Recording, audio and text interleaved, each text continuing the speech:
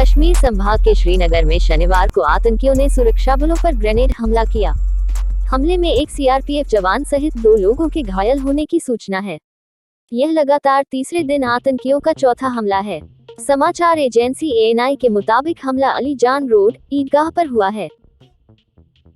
नोएडा के grand Omaxe society में महिला से अभद्रता करने के मामले में गिरफ्तार श्रीकांत त्यागी के केस में अपना नाम आने के बाद समाजवादी पार्टी के नेता एवं पूर्व मंत्री स्वामी प्रसाद मौर्य ने नोएडा पुलिस आयुक्त लोक सिंह को 11.5 करोड़ रुपए का मानहानि नोटिस भेजा है।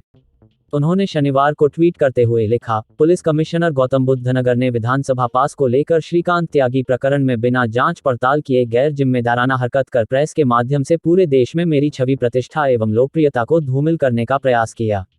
उसके परिप्रेक्ष्य में मानहानि करने संबंधी कानूनी नोटिस भेजी।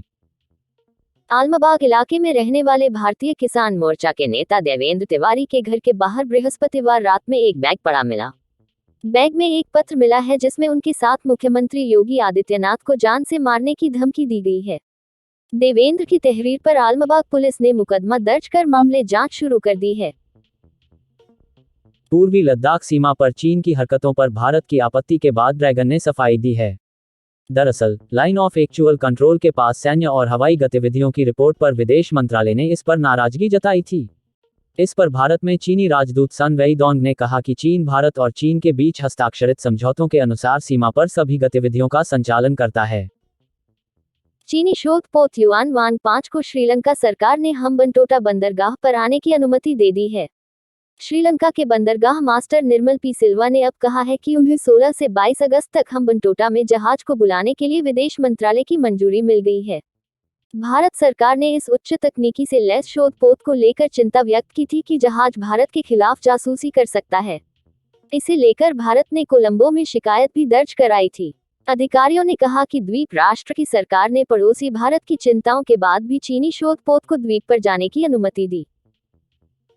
प्रधानमंत्री नरेंद्र मोदी ने शनिवार को कॉमनवेल्थ गेम्स में भाग लेने वाले भारतीय खिलाड़ियों के साथ बातचीत की।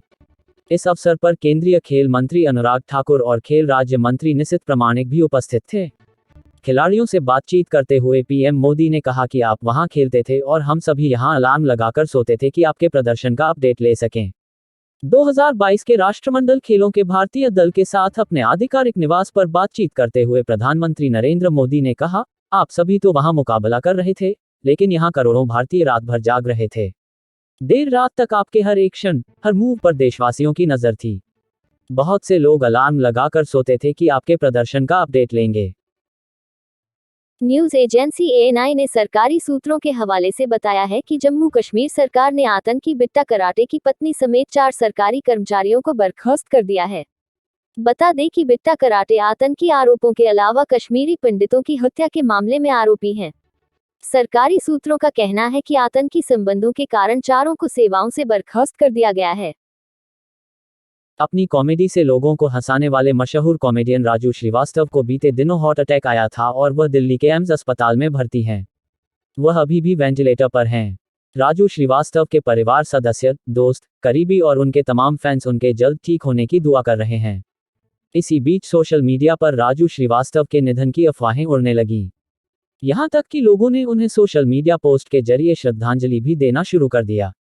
इसके बाद उनके परिवार की तरफ इन सभी अफवाहों को खारिज किया गया है। अफगानिस्तान की राजधानी काबुल में शनिवार को महिलाओं ने विरोध प्रदर्शन किया। ये महिलाएं शिक्षा और काम करने का हक मांग रही थीं। इनके हाथों में स्लोगन लिखी तख्तियां थी और वे काम, खाना और आजादी का नारा लगा रही थीं।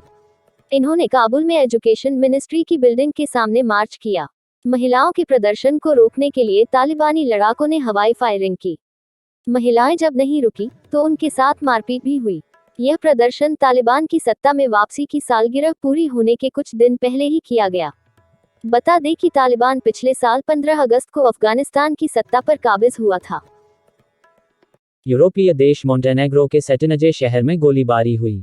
इस घटना में 10 लोगों की मौत हो गई। हमले की जानकारी मिलते ही पुलिस मौके पर पहुंची, जिसके बाद पुलिस ने हमलावर को मार गिराया। मोंटेनेग्रो के पुलिस चीफ जोरान ब्रजनिन ने कहा, हमलावर की उम्र 34 साल थी। उसने सबसे पहले 2 बच्चों और उनकी मां को गोली मारी। ये तीनों उसके घर में किराए पर रहते थे। बच्चों की उम्र 8 और 11 साल थी। इसके बाद उसने घर के बाहर अंधाधुंध फायरिंग शुरू कर दी।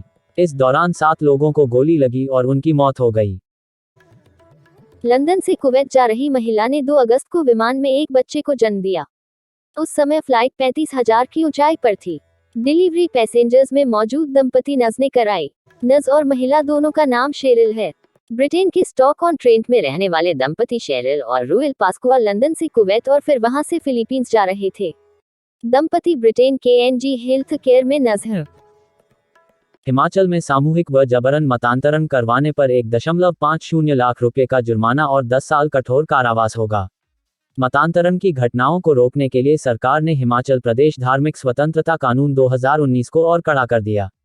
हिमाचल विधानसभा के मानसून सत्र में धर्मांतरण विधेयक 2019 के संशोधित विधेयक को मंजूरी मिल चुकी है। अब हिमाचल में जबरन, बलपूर्वक, कपटपूर्ण तरीके से अथवा विवाह के समय जाति छिपाने का पता चलने पर कड़ी सजा हो सकेगी। झूठे वादों, जबरदस्ती या किसी गलत तरीके से होने वाले धर्मांतरण को रोकने के लिए धर्मांतरण विरोधी कानून जरूरी है और इसकी मांग बहुत पहले से होती आ रही है। सबसे पहले 1967 में ओडिशा और अगले साल 1968 में मध्य प्रदेश ने जबरन, मतांतरण जैसी गतिविधियों को रोकने के लिए कदम उठाए। उत्तर प्रदेश में फरवरी 2021 में यह कानून पारित किया गया। वहीं गुजरात सरकार ने गुजरात धर्म की स्वतंत्रता संशोधन विधेयक 2021 को 15 जून से लागू कर दिया। विधेयक में प्रावधान किया गया है कि सामूहिक मतांतरण, जिसमें 2 अथवा इससे अधिक लोगों का एक साथ कपटपूर्ण या बलपूर्वक मतांतरण करवाना की स्थिति में 7 से 10 साल तक कैद होगी। कपटतापूर्ण तरीके से धर्म परिवर्तन कर मूल धर्म की सुविधाएं लेने पर भी 2 से 5 साल तक की सजा हो सकेगी। किसी व्यक्ति द्वारा अन्य धर्म में विवाह करने या ऐसे विवाह के समय मूल धर्म छिपाने की स्थिति में भी 3 से 10 साल तक कैद होगी। इसके साथ ही 1 से 1.5 लाख रुपए तक जुर्माने का प्रावधान विधेयक में किया है। धार्मिक स्वतंत्रता कानून के प्रावधानों के तहत मिली शिकायत की जांच पुलिस उप निरीक्षक पद से नीचे का अधिकारी नहीं करेगा। इन मामलों की सुनवाई सत्र न्यायालय में होगी। ओडिशा 1967, मध्य प्रदेश 1968, अरुणाचल प्रदेश 1978, छत्तीसगढ़ 2000 व 2006, गुजरात 2003, हिमाचल प्रदेश 2006 व 2019, झारखंड 2017, उत्तराखंड 2018, उत्तर प्रदेश 2021। इनके अलावा 2002 में तमिलनाडु और 2006 व 2008 में राजस्थान ने भी इस कानून को लागू किया, लेकिन बाद में रद्द कर दिया गया। तमिलनाडु में 2006 में ईसाई अल्पसंख्यकों ने इसे रद्द करने के लिए प्रदर्शन किया था, जिसके बाद इसे वापस ले लिया गया। वहीं राजस्थान में तो इस विधेयक को गवर्नर और राष्ट्रपति की मंजूरी ही नहीं मिली। Be aware with the world. APN Broadcast Service.